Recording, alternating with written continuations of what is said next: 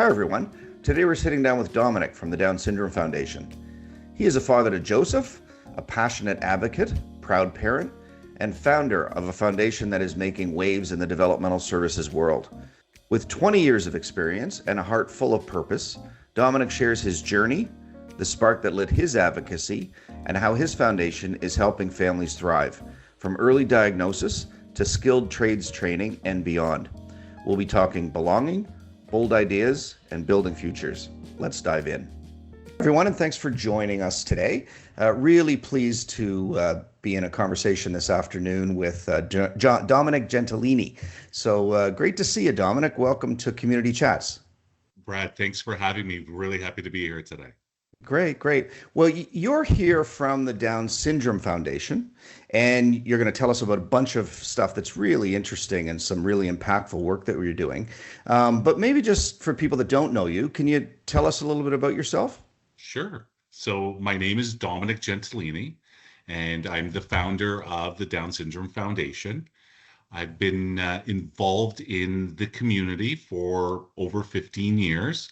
And thanks solely in part to my son, Joseph, that is now 20, and graced my world and our world with happiness and I'll say, a little bit of trauma and all of the other emotional experiences that any parent experiences. But I think those with a developmental or neurological ability does add a certain heightened sense of, concern.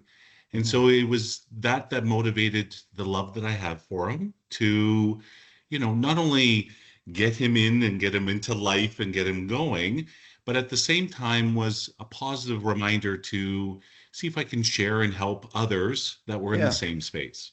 Great. So maybe talk about Joseph. So you talked about that being a difficult time, or I think you used the word a bit of trauma at the beginning. Talk about that when Joseph was born. Yeah. So he was born C-section, but actually came out not breathing. Oh And no. so in that, it was probably the most traumatic experience I've had in my life, and I've had loss in my life, but it was having my son put into my hands and looking down going, is he supposed to be purple? And from there, they quickly whipped him away and did the magic down at Women's College Hospital that they do. So he was he born at Women's College, or was he transported there? No, he was born there. Okay. Good that you were close to such an excellent facility right off the bat. Yeah. The doctors and nurses, in particular in the NIC unit, were again life-changing, right? Yeah, my own I had a somewhat similar experience with my own son, who was born in Etobicoke General, but was born with something called wet lung. So it basically meant it was very hard for him to breathe. So what to your point around holding your child, and this doesn't seem right, and the same thing, we're sort of like gasping for breath, and then immediately people coming in, and he spent about 9 days in a NICU after he was born. So it really, I mean, your whole focus is there, but it's a difficult, almost, traumatic time. Yeah, and he is was our first and our only child. Okay. Coincidentally, and so I mean, he was right. Everything, as Brad for you as well, was everything of life, right? Everything of things that one had envisioned, and all of these pieces, and to see that he was in a challenging state at that point, was definitely traumatic. But I think subtly it also motivated me to a certain degree to want to give back. And I've been a generous person in helping community efforts and doing different things, right? Whether it's breakfast clubs with a company I worked for or others, you want to give back, and I'm that type of person, but this truly hit home for me. Yeah. So he spent some time in the hospital and then came home. And what was his journey like as a child growing up and going to school? What were the experiences like there? So shenanigans all over the place for sure, right? I think every parent could attest to that. But I mean, it was learning to understand his needs. Right. He came home and synonymous with a lot of individuals with Down syndrome. They have low muscle tone. So it was, propping his head and helping him Right. stand and, some of the walkers that he used in the beginning stages, but it was his laughter, it was Oh, just nice. his open eyes, right? And his real appetite for chocolate milk. I mean, we all love chocolate, and I am one to attest on it, but he is, I want to say that is his MO. He is nothing but chocolate milk till Even today. still, even Oh still. yeah, yeah. You can give him whichever item you want, and he will From the always go first for sip as a young child right up till now, it's been a theme, eh? That's it's like fantastic. our coffee, yes, for Yeah. sure, for sure. Although I didn't start drinking coffee until I was in my 20s. He's got me beat by, he Oh no, started off that early. That's for me good. was a little bit of a yeah. I grew up in an Italian family, so espresso and other pieces were definitely there. Nice. Um, it was great. I mean, we looked at and he enjoyed the environment around him. Was always very curious about things. Still is. Hmm. And it was like anything, right? You just try to adapt what you think was the way to kind of raise your child Yeah. and really listen to what he was asking for and what he was Yeah. looking for. And so that translated into, the help that I was doing in the community as well, because we were going to these events, right? And What kind? Yeah. So really, what kind of event? So what part of the city did you grow up in Toronto? Were you in Toronto at the time? yeah, I lived north of Toronto and Okay. he grew up here. Family lived here. We're Okay. just north of Canada's Wonderland. Okay, so and then you're learning about Down syndrome and you're connecting with, I assume, some community organizations and with some schools and Correct. childcare. What was your experience like? What was your experiences like there? So, not as easy to find stuff right off the Okay. bat. I want to say, within the school system and early intervention, those items came somewhat easy to us Hmm. through our physician and through kind of some of the checkups. As Joseph was going through some daycare as well, that was a little bit challenging at the time. And again, we're talking about, 20 years Yeah, ago, but it still difficult. can be. It still can be. Yeah, I Yeah, mean, reality is yes. yeah. But no, we were able to find some places that would work with, right, some of the extra abilities that were required. Um, but it wasn't always front and center and easily accessible. It Right. was one of those things that between networking with families and physicians and kind of doing the search online, I think that resonated with me on some of the things that we've built with the foundation Right. thereafter. This could be easier for others. It can be, right? And it was one of those you didn't always want it to be, well, if Sally said go here, right? Right, right. Though those referrals were very helpful. Okay. So now you talked about being very involved in helping in your community and volunteering and sort of having a generous spirit around this stuff or around a number of issues. But with Down syndrome and with your connection with your son Joseph, you took that to an extra level and founded the Down Syndrome Foundation. And I gather that's the logo on your shirt. So It maybe tell us a little bit about the foundation and what motivated that, and explain that very. I got to get one of those shirts. They look. That's quite the logo. so great story behind this logo, but yes, so I've worked and volunteered both at a local and a provincial level over the years. And like anything, right, you volunteer, you put the efforts in, you try to make, changes and really bring awareness in some cases, but really change in other cases. And so, things like a world dance party during the pandemic and, Right. you know, uh, other real fun events. We were able to successfully get Ontario Down Syndrome Day recognized with the provincial government.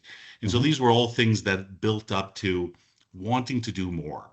And so this is how the foundation came Remind about. us when World Down or when Down Syndrome Day is, just so we're Oh, wonderful. Yes. put it in So the schedule. it is March 21st, All right. and it is synonymous with Down syndrome for the reason of an individual with Down syndrome has a third copy of their 21st chromosome. Right. So Right. March being the third month and 21 being the day. Excellent. Easy to It's remember. easy, yes. Everything hence is 321. Yeah. But the logo itself was a collaboration between our team and kind of how do we keep things simple? And the idea has always been to keep it as simple and as focused. And so because we are a Canadian organization nationally, and the what you can see in the middle here is actually a copy of the 21st chromosome, Okay. which just really embodies the fact of bringing in individuals with Down syndrome into society, bringing them Mm, inclusive and kind of really covering and sharing them right across the country. great. Great. Yeah. So now the foundation, when did the foundation begin? So the foundation's been in play now, coming on 4 years. Okay. It was a accumulation between myself and a few others, and the idea was to bring programming, really bridge existing resources Hmm. to the Down syndrome community, whether it came through adaptation or subsidies. And so Okay. we've always maintained the philosophy that it's, the fulfillment of life for individuals is knowing that there's a resource or a service out there. The services are out there. It's not that we're reinventing a new wheel here. It Right. was just being able to network and bridge those resources to the available communities and families out there. And so that's Hmm. really what the root of what the foundation does is collaborates, partners, builds relationships, in a lot of cases, even alliances with whether it is within Down syndrome or any other intellectual or developmental disability. Right. We're all in the community. We all Right. live in Ontario and Yeah. Canada, right? And so let's leverage the strengths that we have so that that family that's sitting at home with a child that is, low muscle tone and doesn't know where to Right. look next Right. can easily find, the services that are already available. That's fantastic. Now you started the foundation yourself with a Right. group of people, I'm assuming, that were very committed to getting it launched. How are you funding yourself? What are the things you do to generate revenue, and then what are some of the things that you do around outreach and connecting with others? Well, we're no different than any other charity, and in troubling times, right? But the idea is that we do fundraise, and we look for donations, both private and corporate donations, as much as Hmm. possible. Hmm. So all of our websites have an ability for your listeners and the listeners here to support us. We're putting those dollars towards new projects and activities, like some of the things we'll talk about.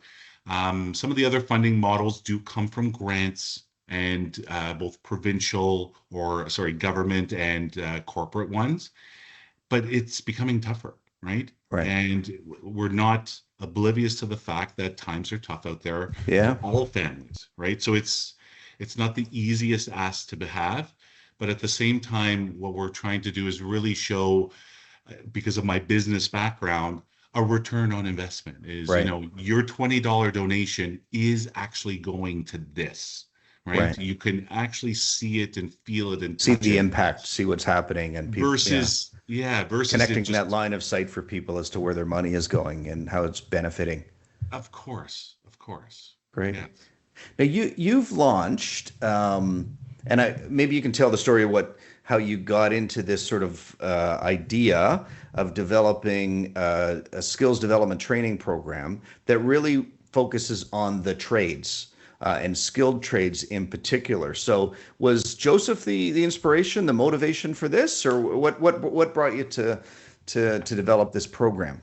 It was definitely a combination of the two. I'd be, lying to you otherwise, right? It is, most children that go through the school system can stay in school till about age 21, right? Based on the parents' comfort level. Right. But it's after that that there's a drop off. Right. There's either day programming, there is some employment opportunities, but not enough that most families end up going, okay, how do I care for my son or daughter moving forward? And so the inspiration was, there are hospitality opportunities out there, Hmm. limited, but out there. And so no one had really focused on the true skilled trades. Right. Right. And it's not just the core ones that we all think of when we think of construction or a plumber or, a HVAC person or a mechanic, right? But Ontario has 144 skilled trades. Do they really? They do. Or do we really? I We guess is a do. bit. Wow. Okay. So, and of that number, there is probably half of them that are considered a red seal, which is just an Okay. even higher certification. Yeah. Yeah. And so the idea was, again, the resource is there, the community goes there. It is, a movement of nationally speaking. So let's try and position something in that space that is not really front and center. And I don't want to say different, but an evolution of the good work other organizations are Right. doing out there. And so that's how this skills development, building our future training Hmm. program came about. Okay. And how long have you been operating now? So we've been operating. The classes started in October, Yeah. October 1st. We are running two cohorts, so two Hmm. different classes. And the idea is that these individuals will go through this training program and learn a number of tasks within the trade itself. So we take Okay. the Are existing. there sorry, are there certain trades that you're focusing on to start with, or is it just sort of a general introduction to trades overall?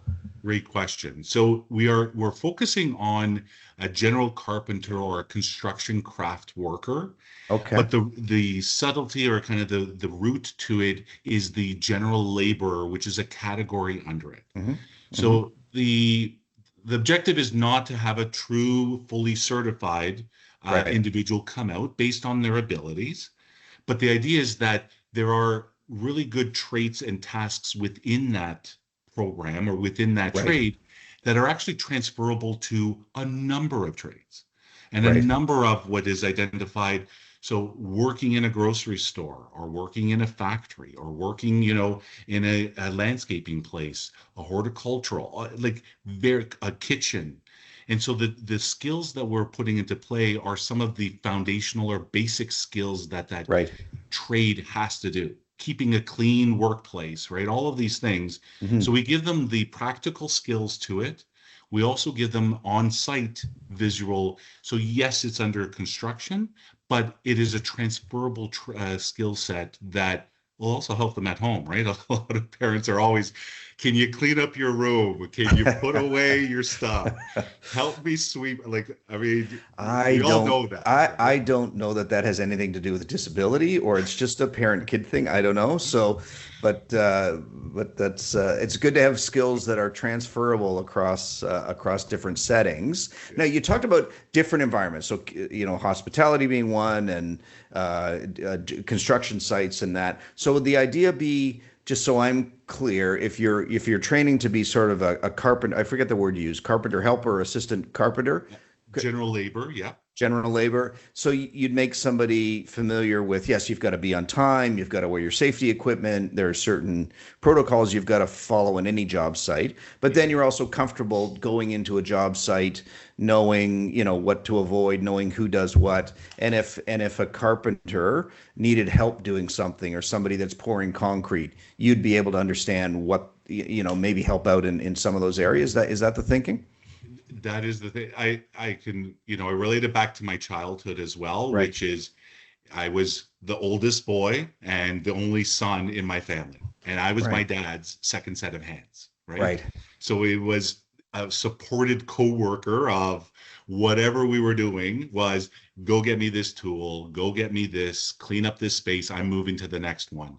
This is no different. This Take the is nails, take the nails out of that board, clean up that pile of stuff, and put it in the bin. or Those kind. yeah, exactly, exactly. So they are learning a lot of these very, we call them basic skills, but they're Mhm. foundational to any job site. And in Right, right. particular around the safety side of it, leaving a box of nails out and about or screws out and about, you'd have the safety board all over that job site. So Yeah. the idea is that they become that extra set of hands.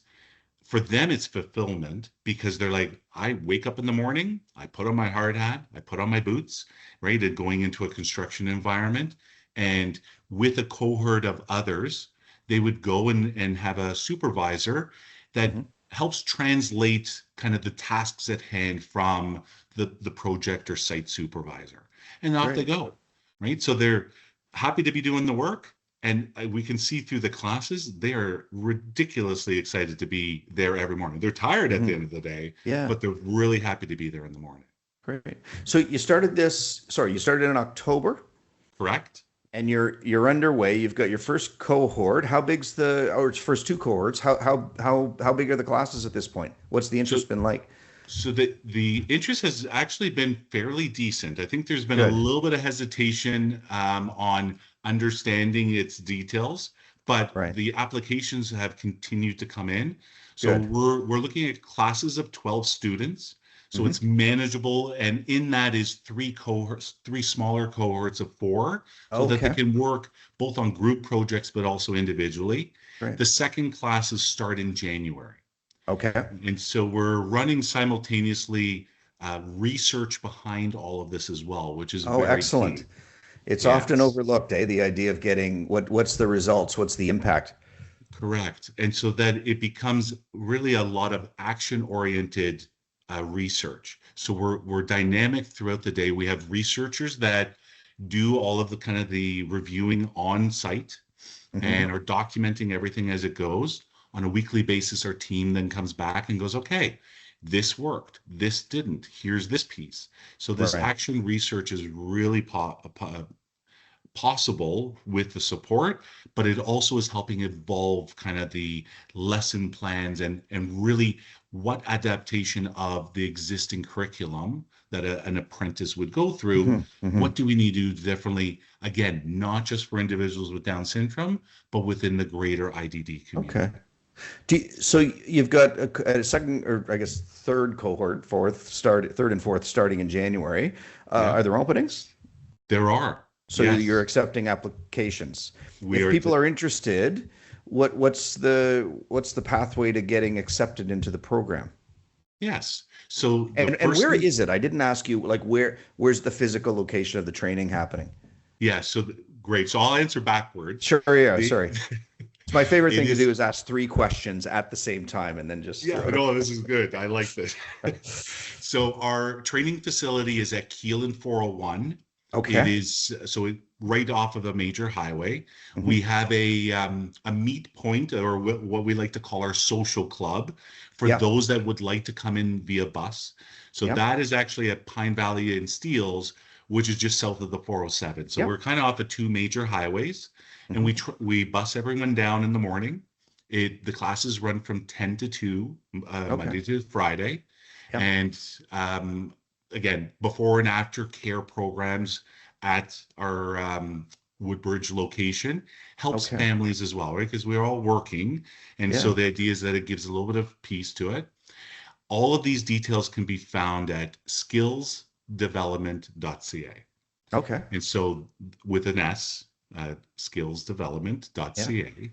On that site, there is an apply now button. And what it is an expression of interest. So the family or the individual, which we've gone a lot from individuals directly, Yeah. they would populate the information. The next step is a meet and greet interview, or kind of Hmm. put a name and a face, as we like Get to to know call you it. kind of thing. Yeah. Yeah, Yeah. well, right. On both sides and yeah. Just almost like what we're doing here. Yeah. Yeah. And from there, then there's just a student profile that they have to complete, and off they go. Great. There And we go ahead. Sorry. No, I was just gonna say off they go. Okay, good. So is there a deadline to apply or? We're looking at for So we are still allowing for individuals to come into this first Oh, okay, session good. You've here. still got some capacity, so if people are Yeah, keen, they can join in. we're closing that off at the end of October, Okay. in Oh, that's fairness soon. to, That's soon. yeah, Yeah. exactly.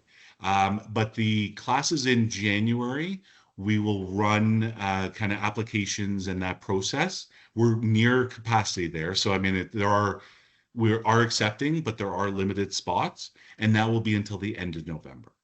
Okay. Fantastic. Now you really happy that you've sort of taken this on. It's an ambitious project.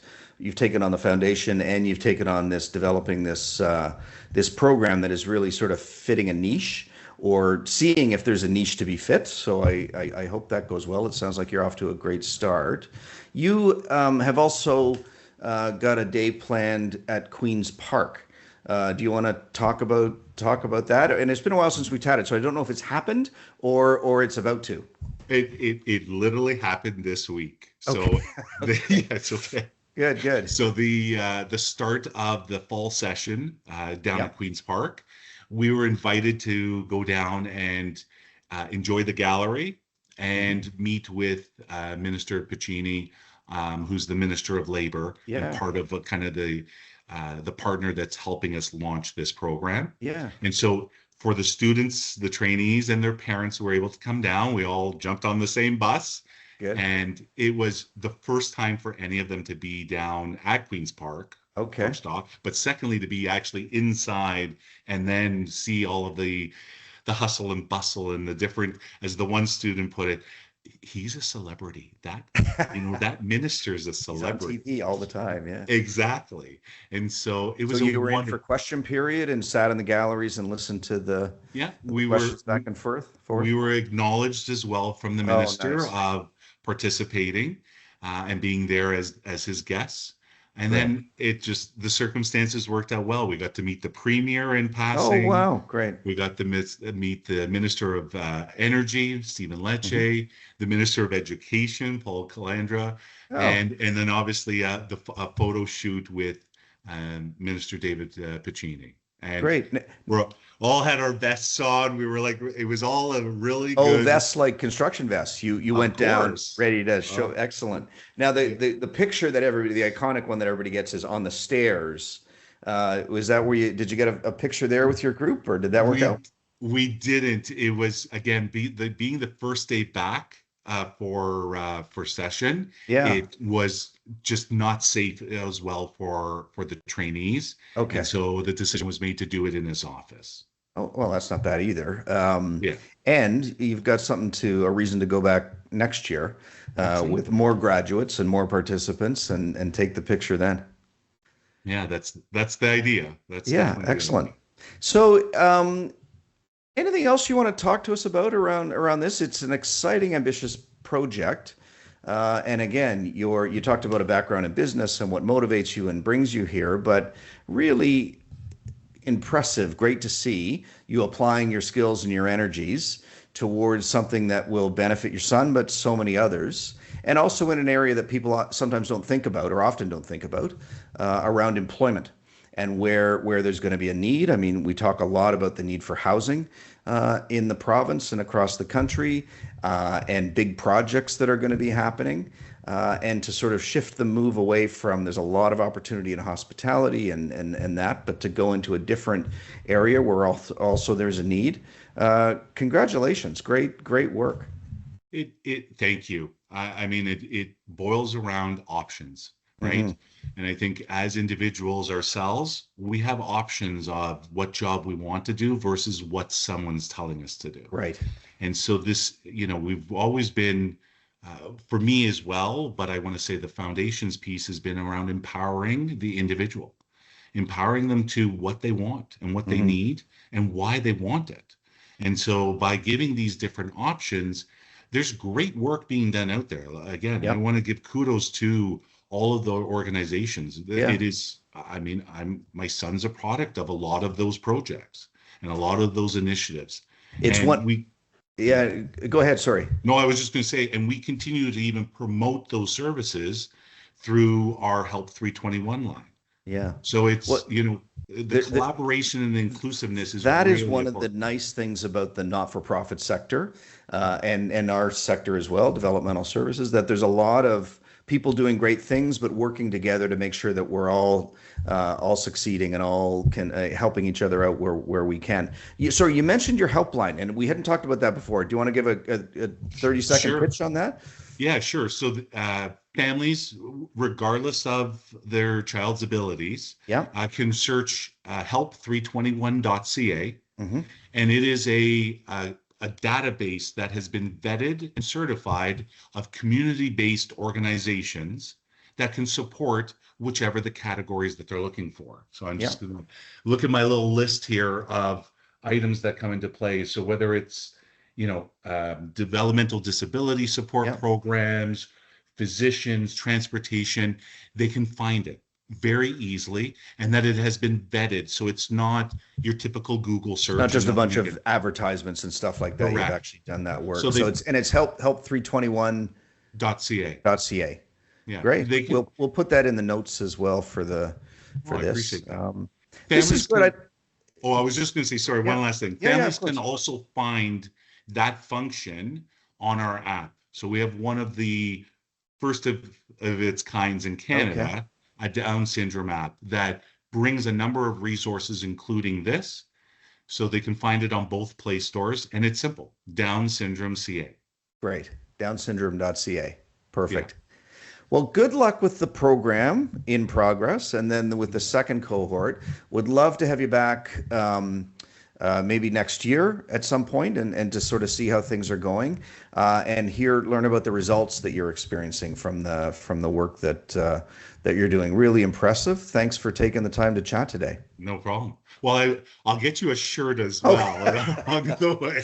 It But wasn't a yes. shameless pitch for me to get a shirt, but I Oh, no, it's all good. But yeah, no, thank you very much for the time today. This has been great.